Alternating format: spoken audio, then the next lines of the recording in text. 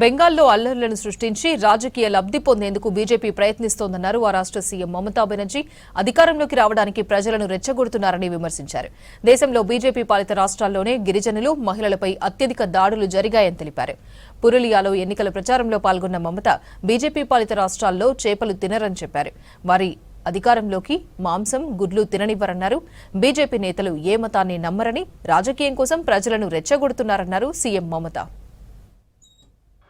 তাহলে মনে রাখবেন, তৃণমূল কংগ্রেস থাকলে তবেই পাবেন। বিজেপি আসলে ইলেকশনের আগে কিছু টাকা দেবে, ইলেকশনের পরে বন্ধ করে দেবে। একদিন চান না 365 দিন চান, 5 বছর চান, সারা জীবন চান? আমরা লক্ষ্মীর ভান্ডার সারা জীবনের জন্য করে দিয়েছি।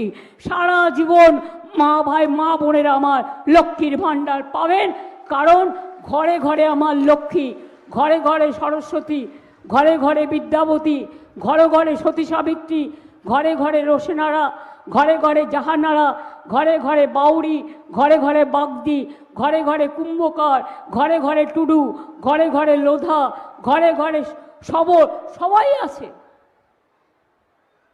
জঙ্গলমহল থেকে পাহাড়, চা বাগান থেকে সুন্দরবন, সারা বাংলা জুড়ে খাদ্যসাথী বিনা পয়সায় চাল, স্বাস্থ্যসাথীর চিকিৎসা 5 লাখ টাকা করে পরিবার বিনা পয়সায়,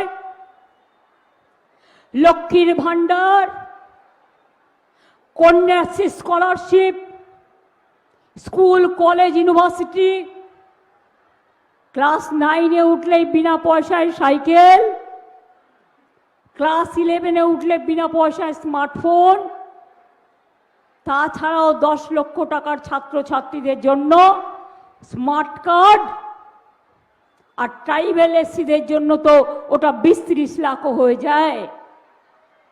যুবসাথী আমরা করেছি, এটা ভিক্ষা বা ভাতা নয়। ছেলে মেয়েরা যখন মাধ্যমিক পাশ করে কলেজে যায় তাদের একটা পকেট মানি লাগে, এটা ঠিক বলতে পারেন হাত খরচের মতো। তাদের জীবিকা আগামী দিন হবে, এবং যতদিন জীবিকা না হচ্ছে তারা এটা পাবে। তার কারণ তাদের পকেট মানি হিসেবে এটা আমরা দিচ্ছি, যাতে তারা নিজে পায়ে দাঁড়াতে পারে।